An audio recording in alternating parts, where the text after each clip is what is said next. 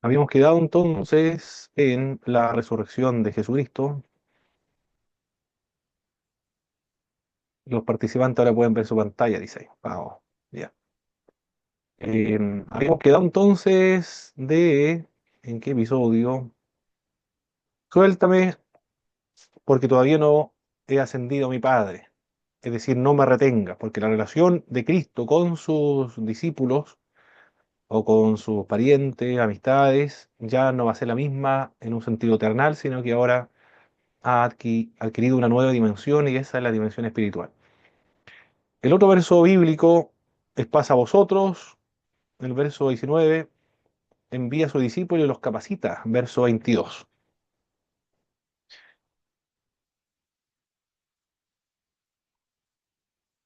Estamos en el 20 ahora. 20, verso 22. Y habiendo dicho esto, voy a retroceder algunos versos bíblicos. Pasa a vosotros. Y cuando les hubo dicho esto, les mostró las manos y el costado, y los discípulos se regocijaron viendo al Señor. Entonces Jesús le dijo otra vez, paz a vosotros. Como me envió el Padre, así también yo os envío. Y habiendo dicho esto, sopló y le dijo, recibid el Espíritu Santo. A quienes remitiereis, los pecados les son remitidos, y a quienes se los retuviereis, les son retenidos. Este acto de soplar sobre los discípulos de Cristo es similar al soplido que efectuó Dios en Génesis capítulo 2, verso 7 sobre el hombre, que era barro, y fue el hombre un ser viviente, un alma viviente. Ahora, el Dios en la persona de Jesús sopla nuevamente como un acto de recreación de la humanidad. Me gusta esta interpretación que le da esta es la Biblia de Jerusalén. Pero lo había escuchado anteriormente, de la nueva humanidad o la nueva creación. Una recreación de la humanidad. Es una nueva humanidad, es el principio de una escatología realizada. Los tiempos finales o la escatología ya ha comenzado en la persona de Jesús, de Nazaret, y ahora con la nueva humanidad, con la nueva creación.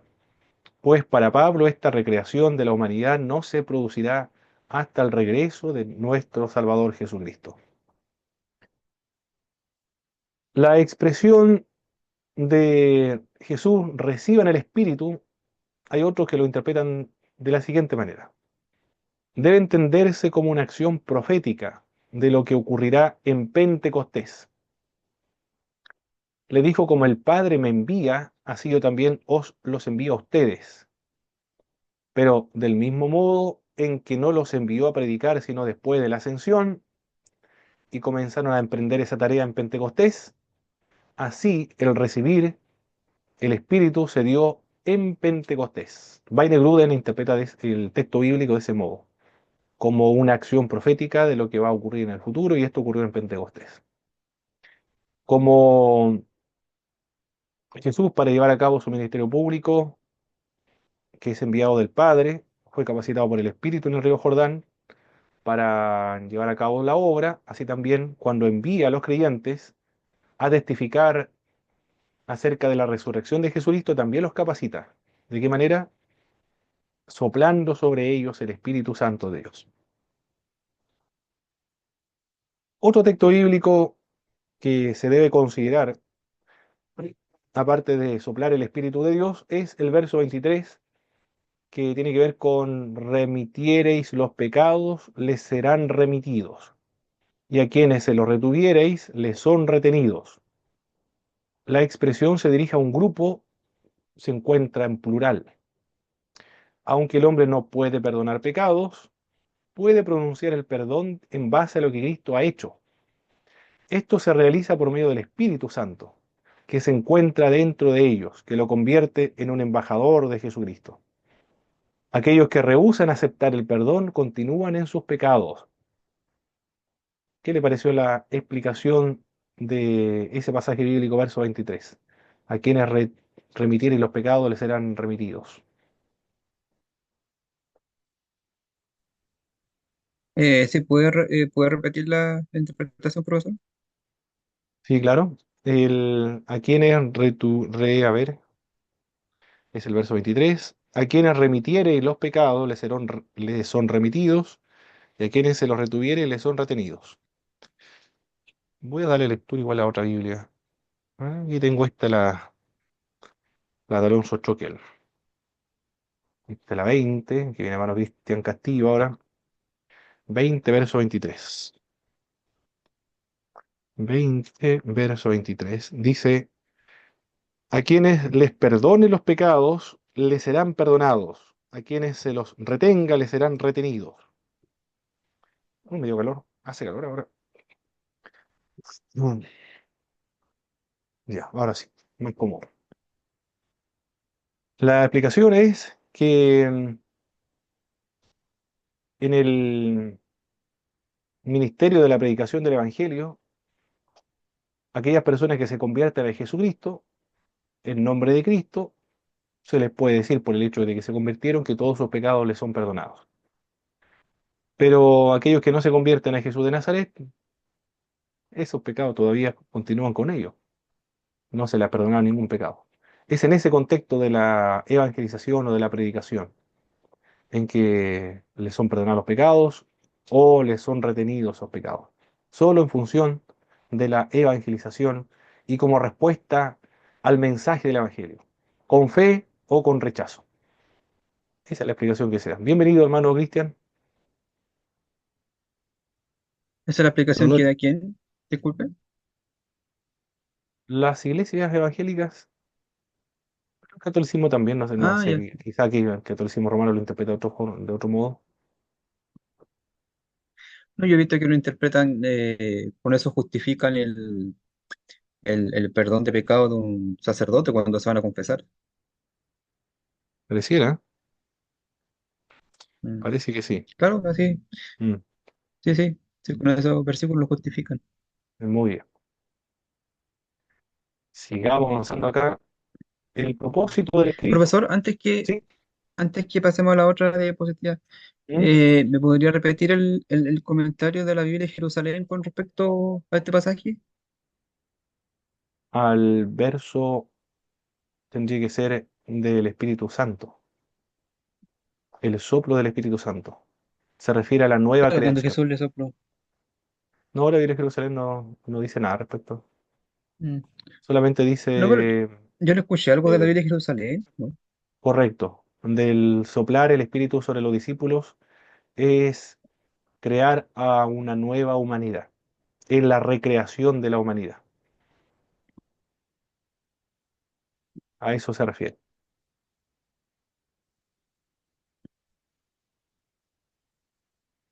Bien, el propósito del escrito de Juan es muy claro, es muy explícito en el capítulo 20, verso 30, 31.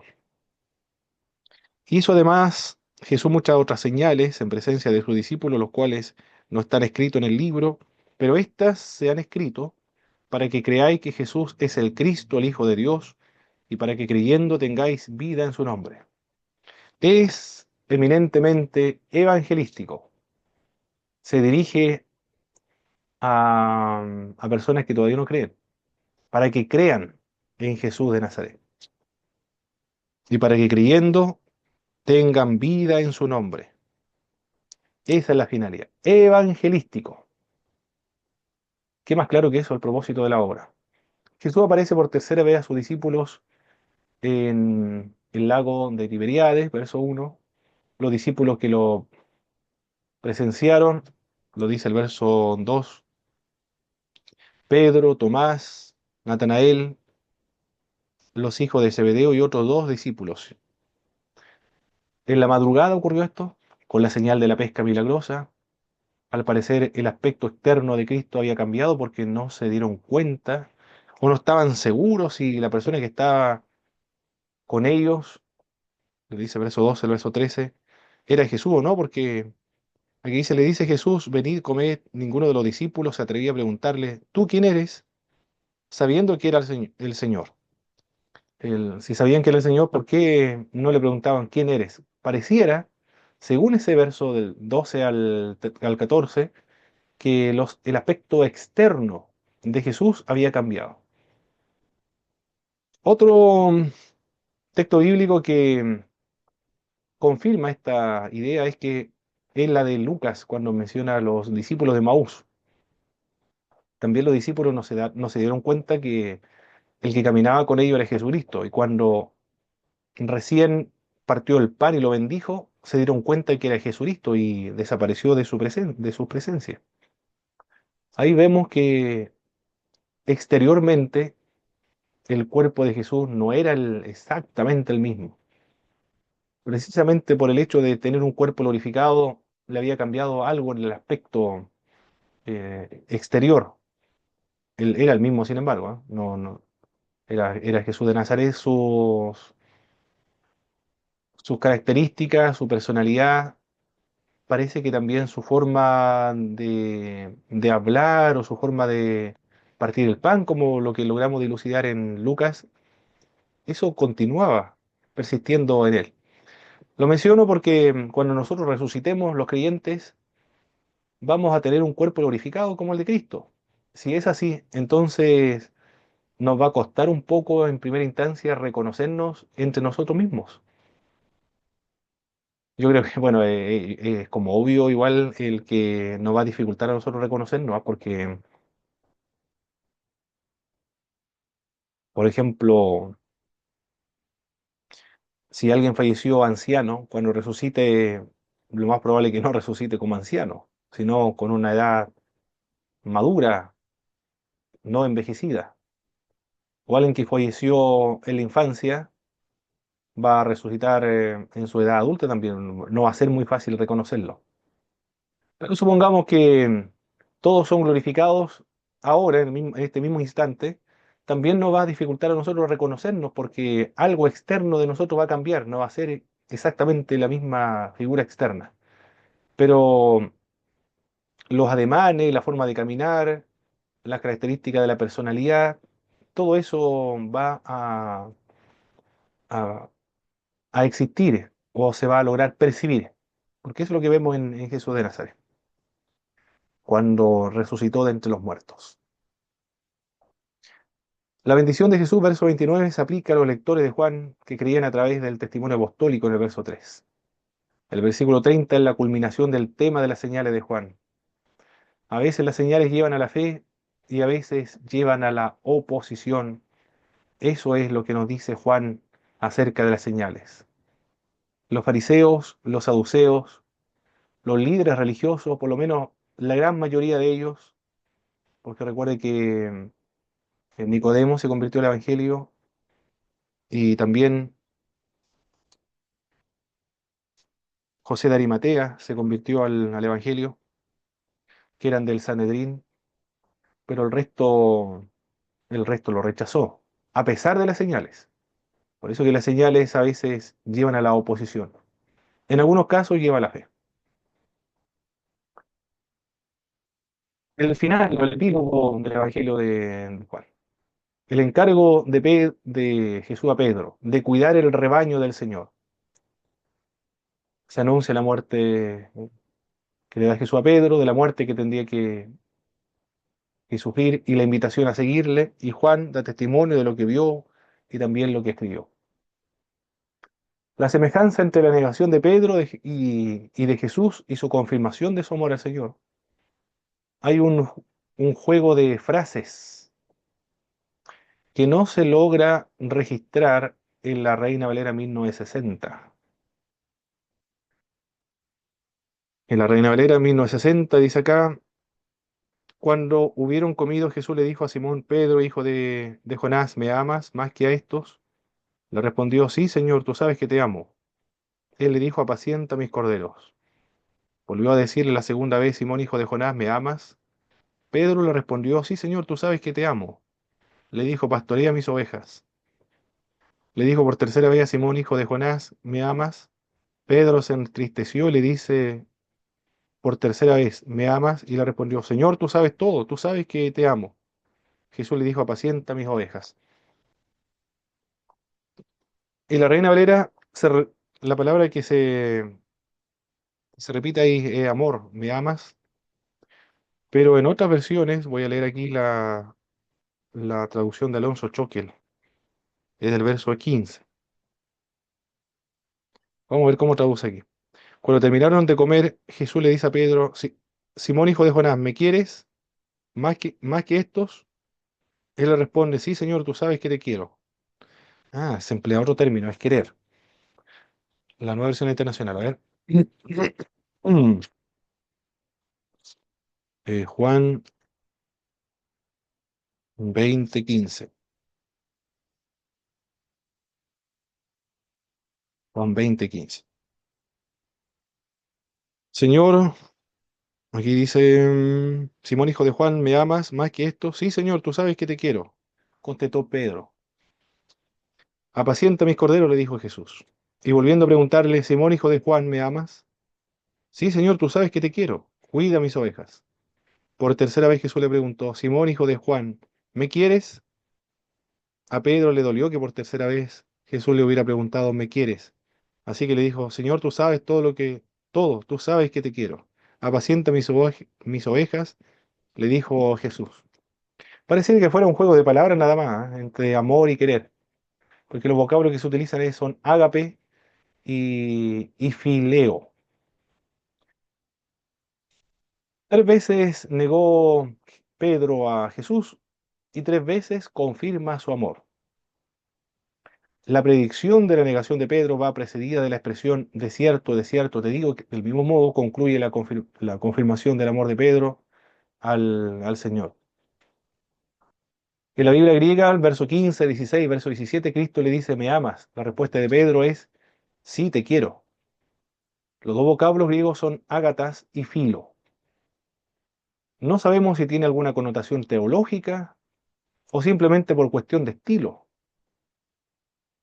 para no utilizar el mismo vocablo ágape. La Reina Valera 1960, 1909, la PET, la Biblia para el Pueblo de Dios, traduce las palabras de Pedro como te amo, mientras que las otras, Nueva Versión Internacional, la Nueva Traducción Viviente, la Dios habla hoy, lo traducen como correctamente, es decir, tú sabes que te quiero. El verso 20 al verso 25, la vinculación de Pedro y el discípulo amado, en este relato final apunta a 3 aspectos centrales del discipulado.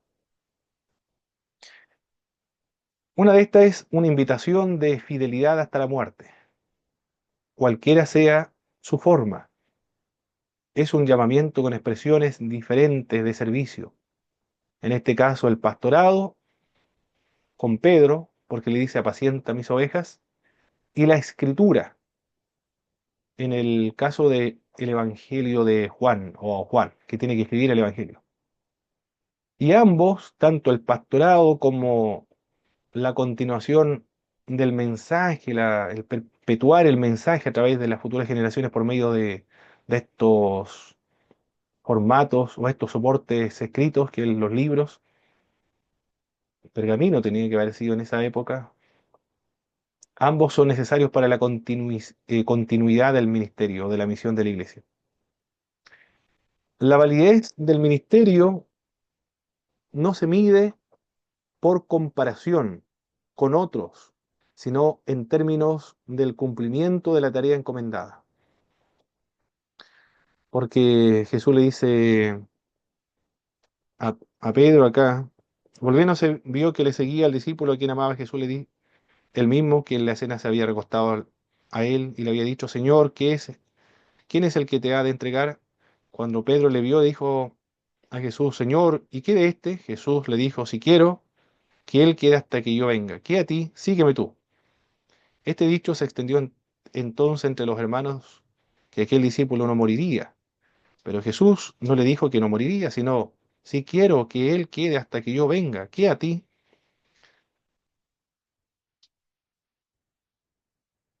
Lo que se puede extraer acá como lección es que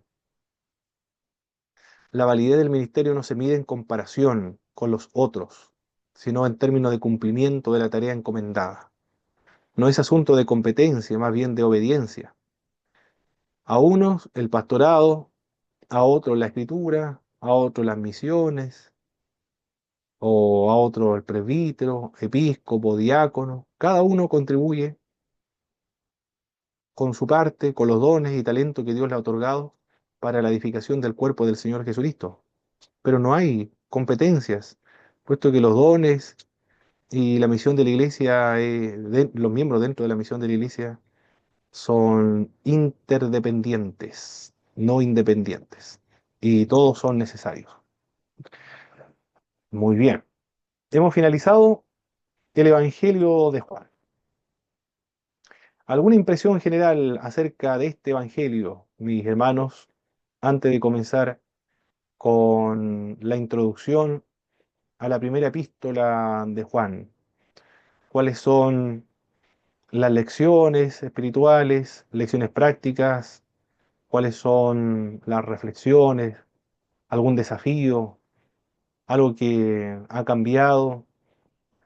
¿Una perspectiva que ha cambiado en su vida espiritual al estudiar y al leer este Evangelio?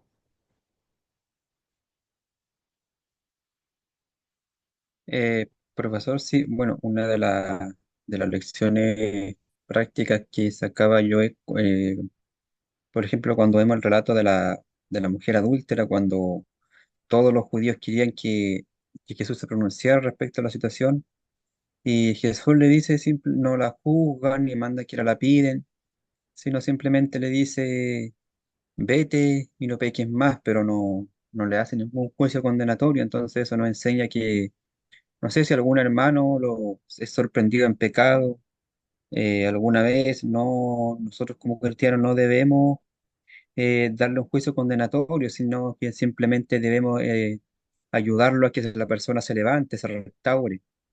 ¿Ya me entiende? Entonces no juzgarlo, porque no voy a hacer cosas que nosotros caigamos también, porque nosotros no estamos libres de pecado tampoco.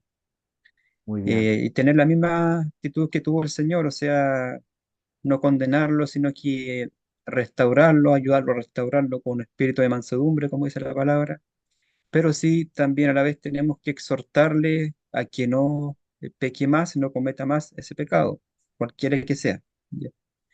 Bueno, otro de las cosas que puedo observar en el Evangelio de Juan, que bueno, esto es bien sabido que de los cuatro evangelios es el más teológico de todos, o sea, hace énfasis a la divinidad de Jesucristo, al rol del Espíritu Santo, del Paráclito, hace mención, bueno, ¿qué más se puede decir? Bueno, eso más que hace mucho énfasis en la divinidad de Cristo, cuando, o sea, las primeras palabras, Juan de lleno empieza diciendo que Jesucristo es el Verbo encarnado, es el Dios encarnado. Dice que el Verbo es Dios y después dice que aquel Verbo se hizo carne y vimos su gloria, gloria como el unigénito del Padre. Bueno, eso es bueno, tenía otras cosas más en el tintero, pero se me olvidaron ahora lo que iba a decir. Pero esas dos cosas puedo rescatar lo que es el Evangelio de Juan. Perfecto, hermano Boris, muchas gracias. Mi ¿Mm? hermano Cristian, no sé si estará desocupado, estará el trabajo ahora, o manejando. No, estamos aquí en la casa, hermano Pablo. Ah, muy bien, hermano Cristian. No, yo me tomo bastante de lo que dice hermano Boris.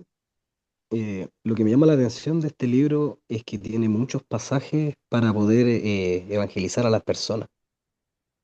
Eh, por ejemplo, la parte donde dice, conoceréis la verdad y la verdad los hará libre, porque de tal manera hay un sinfín de textos que, Sí, o sea, lo había leído, pero nunca había tenido la oportunidad de ir analizándolo verso a verso. También me llamó bastante la atención el hecho cómo la fe de la mujer samaritana y del ciego fue cambiando a medida que fueron conversando con Jesús. De verle como un hombre normal, de verle como profeta y después de terminar de reconocerle que era el Cristo. Yo creo que muchas veces eh, uno lee lee pero no escudriña. No, no sé si estará bien dicho eso, correcto. pero no, me gustó bastante, hermano. Como que ahora puedo decir que después de 11 años en el Evangelio, 11 12 años, estoy empezando a comprender cosas que antes no entendía, hermano. Porque a lo mejor lo leía apurado, pasaba muchos detalles de por sí por encima, pero es increíble la cantidad de cosas que uno puede ir rescatando de cada texto. Así que No, aquí con ánimo nomás de seguir aprendiendo, hermano. Perfecto, hermano Cristian, muchas gracias. Bueno, y de hecho, cuando nos convertimos al Evangelio, nos dicen que el primer Evangelio que debemos leer es el Evangelio de Juan. Por eso, porque se escribió para evangelizar. Y, y el propósito evangelístico es explícito. Juan lo dice en el capítulo 20, verso 31. Estas cosas se han escrito para que creáis que Jesús es el Cristo, es decir, para que crean en Jesús y para que es el Hijo de Dios y para que creyendo en Él tengáis vida en su nombre. Es decir, es más explícito del propósito de la obra no puede ser, porque él mismo dice, esto se escribió para que crean en Jesús de Nazaret y tengan vida eterna. Perfecto. Entonces, alguien dijo, le asignan este dicho a Gabriela Mistral, el que enseña aprende dos veces. Justo González, cuando lo entrevistaron acerca de la historia, teología, no me acuerdo qué es lo que era. Teología creo que era, en la iglesia primitiva. Y él dice que tuvo muy buenos profesores en la universidad cuando estudió teología, en la facultad de teología, pero nunca aprendió más que cuando enseñaba. Por eso le recomiendo a los hermanos que si no hay escuela dominical en su iglesia, que traten de promocionar la escuela dominical, enseñar o hacer estudios bíblicos, aunque comiencen con uno, hermano. Con uno ya se puede echar a andar en la escuela dominical. Después, la perseverancia, la permanencia, la consistencia en el tiempo se van a ir sumando de a poco, después se van a ir acostumbrando los hermanos a estudiar la palabra de Dios. Pero lo importante es que todo lo que han aprendido en el instituto bíblico lo puedan compartir con los hermanos de sus respectivas iglesias para que comprendan mejor la fe, para profundizar mucho mejor la fe cristiana y la comprensión de los textos bíblicos. Hermano Bien, Pablo, ahora sí. en, en relación a lo mismo que usted conversa, justo uno de los pasajes que habla el libro de Juan, cuando habla de la sanidad del ciego, ¿Mm? después que le preguntan muchas veces, él termina diciendo, yo lo único que sé es que antes era ciego y ahora veo. Eh, Exacto. Acá donde estoy yo, ese texto es muy común cuando se hacen preguntas bíblicas y la persona no conoce la respuesta. Ah, Se utiliza mucho ese texto para justificarse, hermano. Yo lo único que sé es que antes era ciego y que ahora veo. Y como que con eso ya está, está de por sí, se da por aludir a la persona de que con esa respuesta ya debería quedar conforme con eso. ¿qué le, Pero qué hace le falta, parece? como dice usted, no, el otro día lo escuché hace poco, pero a mí me hace harto hincapié lo que usted conversa muchas veces de que hoy en día las generaciones de ahora, sobre todo, a lo mejor no tanto las generaciones antiguas, porque a lo mejor las generaciones antiguas se conformaban con el porque así es y punto. No, porque esa eran las crianzas, digamos, de tiempo atrás de los antiguos padres, digamos. Pero hoy Mm, en día las generaciones necesitan respuestas y en mi hermano hay una preocupación por eso, porque yo tengo tres hijos y no quiero claro. que el día de mañana ellos vayan a buscar respuestas afuera porque Mm, la mm, iglesia o su padre o donde nos congregamos no encuentran las respuestas que necesitan. Así que por eso mismo estamos ahora a esta edad ya empezando a estudiar para poder tener más conocimiento y poder ser útiles a la hora en relación a esto no ser como muchos de aquellos que dicen, no, yo lo único que sé es que antes era ciego y ahora veo. Mire la excusa que dan, ¿ah? La excusa que dan para no estudiar la Biblia. Usa la Biblia Claro, porque para no estudiarla. claro, es que la letra mata, pues, como se dice. Qué impresionante. Bueno, hay una profesora de dicción que decía, perdónalo, Señor, porque sabe lo que hace. Bien, mis hermanos, entonces ahora vamos a ver la epístola, la primera epístola de, de Juan.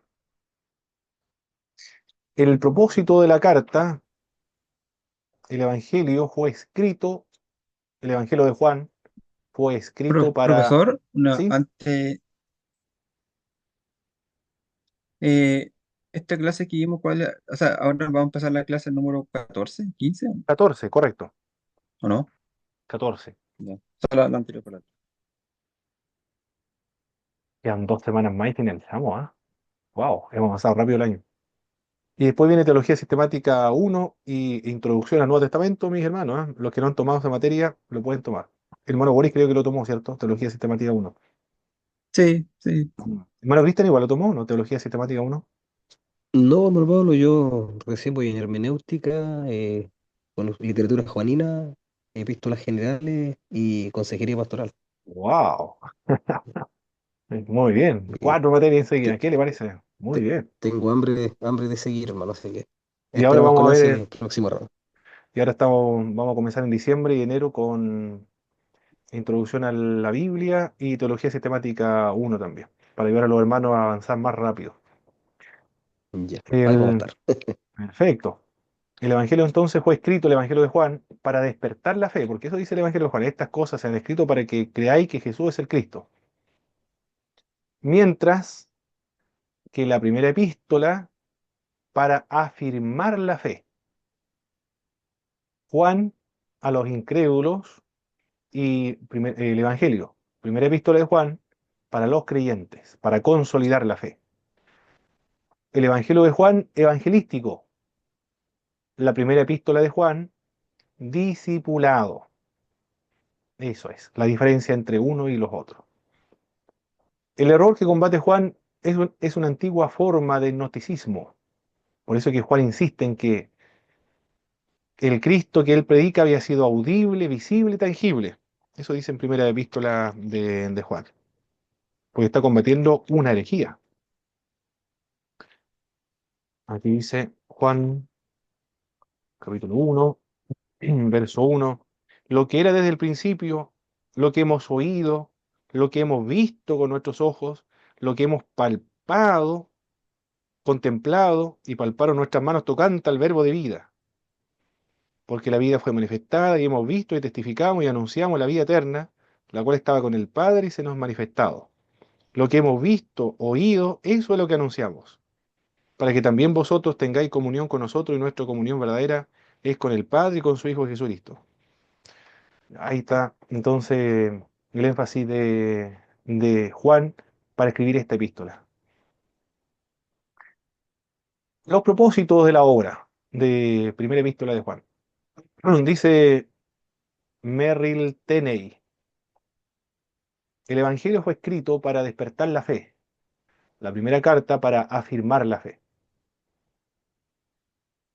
En primera de Juan también se dice que estas cosas se han escrito para que sepáis que tenéis vida eterna. En cambio, el Evangelio de Juan, estas cosas se han escrito para que creáis que Jesús es el Cristo, el Hijo de Dios, y para que tengáis, creyendo en Él, tengáis vida en su nombre. En cambio, acá se dirige ya a creyentes, para consolidar la fe, para que sepan que ya tienen vida eterna, para creyentes. El verso 1 de Juan, capítulo 5, verso 13. Esta cosa os he escrito a vosotros para que creáis en el nombre del Hijo de Dios, para que sepáis que tenéis vida eterna, y para que creáis en el nombre del Hijo de Dios. También, otro de los propósitos por los cuales se escribe la epístola de Primera de Juan es combatir el error de Cerinto, dice Everest Harrison. La información que nos ha llegado respecto a Cerinto es a través de Irineo de León. Las enseñanzas de Cerinto se mezclaban con el gnosticismo y también el judaísmo. Dios no era el creador de este mundo, decía Cerinto. Jesús era simplemente un hombre que nació de María y de José. Durante su bautismo, el Cristo divino vino sobre él en forma de paloma. Durante su ministerio, el Cristo reveló al Padre y partió antes de la crucifixión. Se dice que Cerinto insistía en la circuncisión y el guardar el día sábado. Tal vez, 1 de Juan Pro- capítulo pro- 5 verso 5, ¿sí? Profesor, Cerinto enseñaba la herejía del gnosticismo, entonces, de lo que él ¿Cómo es? ¿El docetismo o no? Sí, Cerinto, aquí está Cerinto. Cerinto es un judeo cristiano gnóstico. Eso es, judeo cristiano, es un judeo cristiano, mezclado con gnosticismo. Es cristiano mezclado con el judaísmo y el gnosticismo. Cuando nosotros nos convertimos al Evangelio, arrastramos elementos de nuestra cultura, de nuestras tradiciones. Por ejemplo, Watchman Nee se acusa de interpretar la Biblia y enseñar la Biblia o la doctrina bíblica con algunos elementos místicos del pueblo de China o de los orientales, que es un poco extraño para los occidentales, pero porque él proviene de esa cultura y recuerde que el cristianismo se contextualiza y se adapta y echa raíz en toda la cultura. Y cuando surge con elementos culturales de las naciones donde ha ido, por ejemplo, los latinoamericanos, los africanos, somos muy expresivos para manifestar nuestra alegría espiritual, nuestra adoración. Levantamos las manos, saltamos, corremos, manifestamos la alegría de manera desbordada, de un modo, como dicen algunos, desenfadado. En cambio, los europeos, ellos tienen las manos amarradas al cuerpo y no tienen que levantar mucho las manos ni hacer muchos movimientos porque ya eso es considerado desorden. Pero cada una de las culturas tiene su forma de adorar. Y también algunos elementos filosóficos entran también al cristianismo. En Cerinto le ocurrió eso. Mezcla el judaísmo con el gnosticismo, con el cristianismo. Es un sincretismo religioso lo que hace Cerinto.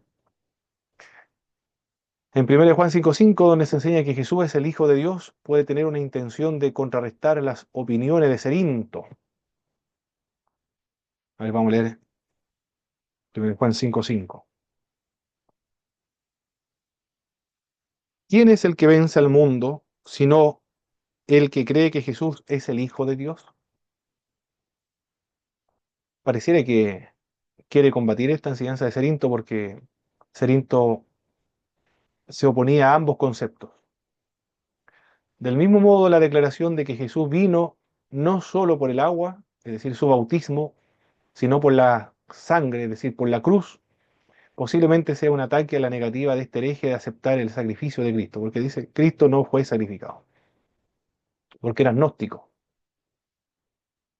Otra de las razones por las cuales se escribe la obra fue para contrarrestar las enseñanzas de los gnósticos. Los gnósticos ya lo he comentado, pero no tengo problema repetirlo otra vez. No sé si hermano Cristian tiene alguna noción de este grupo de los gnósticos. Eh, lo he investigado en Google más que nada, hermano, pero me gustaría que me lo explicara usted, por favor. Son dualistas, son dualistas, señalan que la materia es mala y el espíritu es bueno. Es una filosofía dualista. Materia es mala, el espíritu es bueno.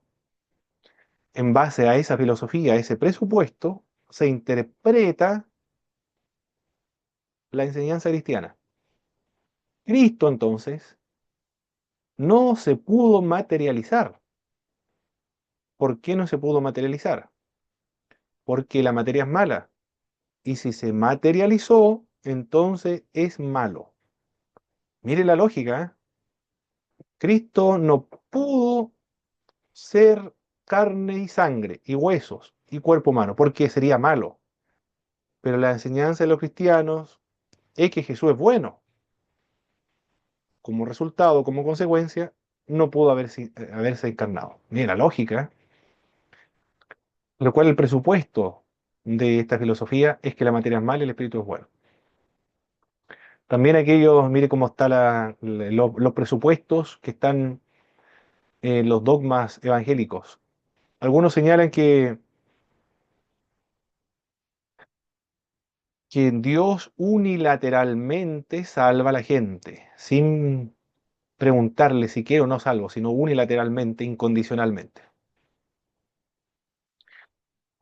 Porque si el hombre, si Dios le pregunta al hombre si quiere ser salvo o no, y si el hombre desea ser salvo y quiere ser salvo y ejerce la fe para salvarse, eso significa que el hombre decide, el hombre tiene la decisión final para salvarse y el hombre colabora para salvarse.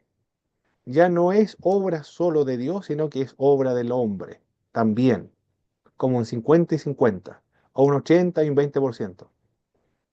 Pero ¿cuál es el presupuesto de esa doctrina, de esa lógica? El presupuesto es que la soberanía de Dios es absoluta y también el otro presupuesto es que la soberanía de Dios debe ser un Dios que actúa unilateralmente y de manera arbitraria y absoluta, que no le ha dado la posibilidad al ser humano de ejercer el libre albedrío, porque si lo ejerce ya no sería soberano. Hay un presupuesto ahí. El presupuesto es ese, de la absoluta soberanía de Dios. No conciben que Dios pudo haberle dado libre albedrío al ser humano y que Dios se ha humillado en la persona de Jesucristo. Por ejemplo, eso lo dice Pablo en Filipenses, el cual no estimó ser igual a Dios como cosa que aferrarse, sino que se despojó de su gloria, se hizo eh, hombre, se hizo siervo y se humilló hasta lo sumo. Bueno, es el modelo de la soberanía de Dios. Si desde esa perspectiva, si el hombre no es una especie de un robot, entonces Dios no sería soberano. Bueno, todo ese elemento se arrastra de, del paganismo y se introduce en la fe cristiana. Eso es lo que le ocurrió a Cerinto, lo que le ocurrió a los gnósticos también. Y así podemos seguir identificando paganismo dentro de las teologías evangélicas cristianas. Bueno, estos fueron condenados como herejía. El gnosticismo afirmaba poseer una iluminación especial y un conocimiento más alto por medio del cual uno podría elevarse a una verdadera comunión con Dios, por medio de una contemplación mística. Los gnósticos entonces eran elitistas. Solo algunos podían conocer y comprender la verdad, porque algunos fueron iluminados y los otros no. Según este punto de vista, la fe es algo rudimentario. La fe es básica. La fe es como algo primitivo, rudimentario, tosco, primitivo, muy básico. La fe es para los niños. Es inadecuado entonces. Por esa razón el autor de la epístola insiste en que los cristianos limitados a la simple fe tienen en realidad todo el conocimiento de Dios y de las cosas espirituales que están al alcance del hombre. Los gnósticos decían que hay que agregarle algo más a la fe porque la simple fe así es muy insuficiente y muy básica. Es como un insulto a la inteligencia. Las personas intelectuales, las más cultas, las más elevadas, las más formadas intelectualmente, necesitan algo mucho más, más robusto para seguir esta doctrina. No solo la doctrina gnóstica necesitaba ser contrarrestada, sino también su práctica. No es solamente teoría, porque la teoría influye en la práctica, y de hecho no hay ninguna práctica que no tenga un presupuesto o algo teórico. Si Dios es luz, como enseñaban los gnósticos, entonces se debe andar como hijos de luz. No basta profesar una pureza espiritual descuidando aquello que se hace en el cuerpo. Hablar del amor de Dios que se basa en una especulación mística y al mismo tiempo fracasar en el amor a los hermanos, ese es un problema ético. Una doctrina influye en el comportamiento. Estos grupos eran elitistas. eran personas que discriminaban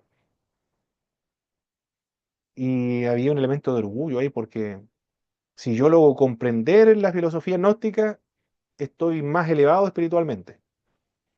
En cambio, los otros que no logran comprender, ellos son inferiores y no han sido iluminados por Dios tampoco. Por lo tanto, hay un problema de comportamiento y de ética. Eso ocurre. Por ejemplo, si yo interpreto la Biblia en términos marxistas, de la liberación de los oprimidos, la salvación consiste en la liberación de los oprimidos por medio de la fuerza de las armas, yo voy a terminar en una guerrilla. Al leer la Biblia y terminaron, sacerdotes católicos terminaron en una guerrilla, peleando para liberar a los pobres, pensando que esa es la forma en que Dios había establecido para liberar a los seres humanos por medio de la fuerza de las armas. Qué increíble, ¿eh? Lo que puede hacer una doctrina. Si una doctrina, por ejemplo, que cree que Dios no ama a todos, sino que ama solamente a los escogidos, me va a desincentivar predicar el Evangelio. Porque si yo predico en la calle y alguien me pregunta, ¿Dios me ama? Yo que creo que Dios no ama a todos, más bien aborrece a los réprobos y ama solamente a los escogidos, yo no voy a saber si esa persona es un réprobo o un escogido por Dios. Yo no voy a estar seguro. No le voy a poder decir con sinceridad que Dios le ama. Entonces, para evitar ese problema, yo mejor no salgo a predicar, porque así no cometo el riesgo de que alguien me haga la pregunta si Dios me ama o no me ama. A los que están en la iglesia, sí, Dios le ama, por eso está en la iglesia, por eso es que es creyente. Pero si un incrédulo me pregunta si Dios me ama, yo no podría responderle si Dios realmente le ama o no. Por lo tanto, lo que uno cree, mis hermanos, determina en el comportamiento.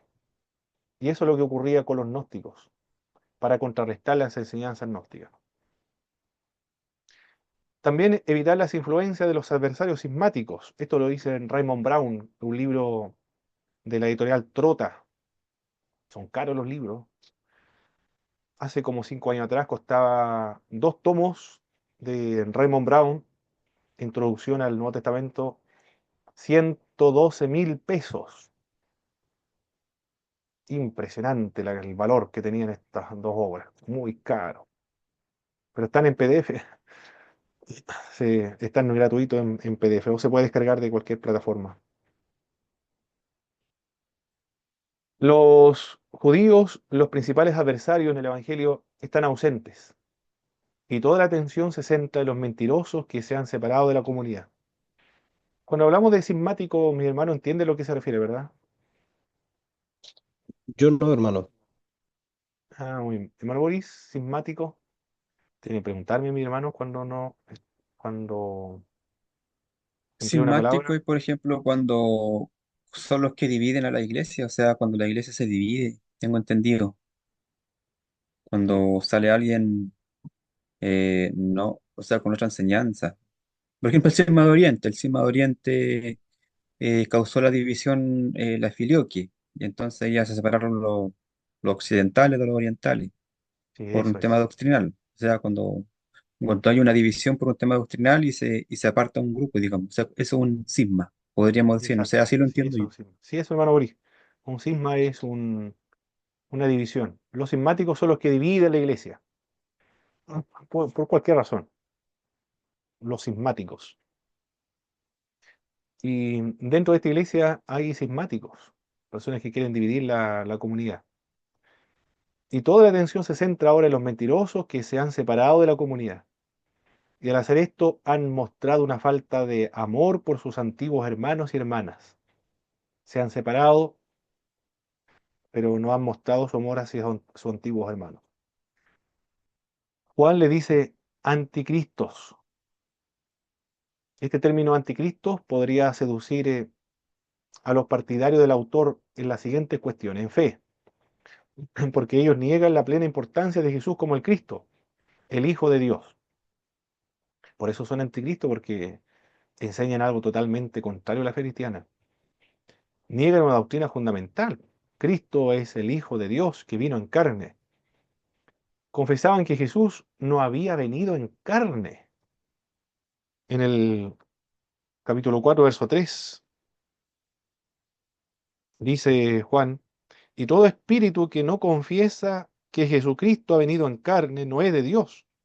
Y este es el espíritu del anticristo, el cual vosotros habéis oído que viene y que ahora ya está en este mundo. Es un grave problema que existía en esa época. Ahora no existe ese problema. No hay nadie que enseñe que Cristo no vino en carne. Todos estamos de acuerdo con respecto a eso. El otro problema, sin embargo, es que dentro de los grupos de las raíces hebreas hay algunos que creen que Jesús no es Dios. Se fueron al otro extremo. Y son herejías antiguas, sin embargo, pero que han surgido nuevamente. Siempre han estado presentes. Ahora son más populares. Lo peor, hermano, es que, así como ocurría en el siglo primero, estas herejías estaban dentro de la iglesia. Así también actualmente algunos que dicen que Jesús no es Dios, sino que es un ser humano, que son hermanos que están dentro de nuestras congregaciones.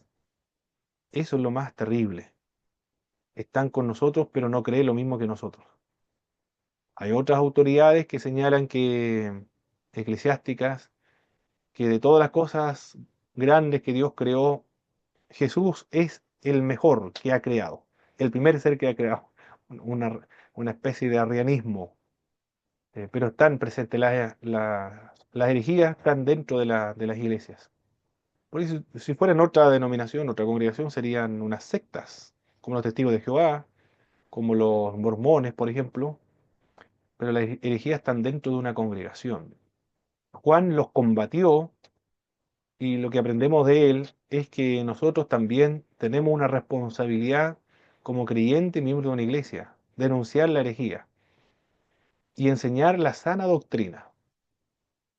Estos cismáticos decían que Cristo no vino en carne.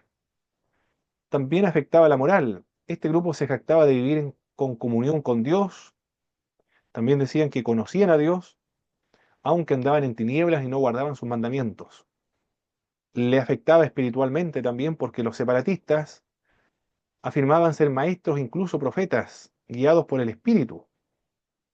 A ese nivel, mi hermano, profetizaban, profetizaban. El autor rechaza la necesidad de maestros y advierte sobre los falsos profetas, porque aquel profeta o aquella persona, amado, no creáis a todo espíritu, sino probad los espíritus, si son de Dios, porque muchos falsos profetas han salido por el mundo. Todo espíritu que no confiesa que Jesucristo ha venido en carne no es de Dios. Increíble, ¿eh? En una congregación era posible que alguien se levantara presumiendo en un estado de éxtasis profético y diciendo que Cristo no había venido en carne. ¿Qué espíritu le estaba inspirando a esta persona? El espíritu del anticristo.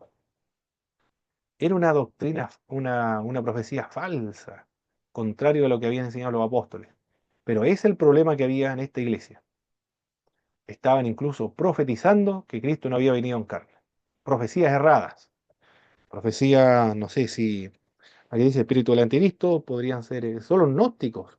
Ellos son los gnósticos los que están dentro de la iglesia y asumiendo una función profética. Eh, Yo he escuchado testimonio de profecía falsa. En una oportunidad, un encargado de obra de una iglesia del campo me dijo que en una vigilia en el campo, una corista se levantó en trance con los ojos cerrados y fue a la otra corista, le puso las manos en la cabeza para sacarle el demonio a la joven. Y la otra joven también hace lo mismo, simulando un trance, cerró los ojos y le pone la mano a la otra, a la profeta falsa. Y comenzó también a reprenderle y a sacarle el demonio a la profeta. Así se estaban sacando los demonios mutuamente. Y, y una abuelita vio la escena y también en el mismo, eh, con la misma práctica, simulando una profecía, se levanta y, y va a separar a las hermanas. Pero cuando se levantó de la banca, se le enganchó la falda en la banca y la banca estaba media, no estaba muy firme, se dio vuelta la banca, se cayeron los hermanos que estaban adelante. Y después de toda esa escena, todos pensaban qué es lo que ocurrió acá. Después, con el tiempo, se supo cuál era el problema que tenían las coristas. Estaban enamoradas de uno de los coristas de la iglesia. Eso era lo que estaban disputando. Pero lo simularon por medio de un trance, una profecía, y expulsando y reprendiendo demonios. Es posible eso. Hasta el día de hoy se ve esas profecías inventadas. Y es lo que ocurría acá con Juan. Algunos estaban diciendo, profetizando, que Cristo no había venido en carne. Se rió la hermano Boris. Puso carita de risa. Pero ha ocurrido en tantos casos como eso, mi hermano. Por eso que a ver, los cesacionistas toman esas experiencias negativas para indicar que no hay ninguna profecía verdadera. Pero toman solamente lo negativo y las otras profecías que son verdaderas. ¿Cómo explicar las profecías verdaderas? El cesacionismo no puede. Perfecto, hermano, ya estamos en la hora. Sí, ya estamos en la hora, así que no podemos seguir avanzando. Perfecto, pero vimos por lo menos los propósitos por los cuales fue escrita la obra de primera epístola de Juan. Es más compleja como estamos viendo, ¿ah? Porque se escribe a creyentes para solucionar un problema dentro de la iglesia, que es un problema doctrinal y solucionar un problema litúrgico, que hay profecías falsas, de herejías dentro de una congregación. Están los gnósticos, que están causando muchos problemas dentro de esta congregación. Y Juan escribe para solucionar este problema, este conflicto. Profesor, ¿Sí? la última consulta, el Evangelio de Juan igual se escribe con propósitos apologéticos contra los gnósticos. Sí, también están. Ya. Sí, sí, O sea, exactamente. las dos, el Evangelio y la primera epístola. Correcto, exacto. La única diferencia es que el Evangelio de Perfecto. Juan es evangelístico y en esa tarea de la evangelización tiene que abordar también la herejía. Y la primera epístola de Juan es para discipular, consolidar, confirmar, arraigar la fe. La otra, el Evangelio, para despertar la fe. Primera de Juan, para consolidarla, confirmarla, para discipular a los creyentes. Y ahí sigue, eh, trata por eso es que hay más referencias a esta herejía que en el Evangelio de Juan. Perfecto, vamos a concluir.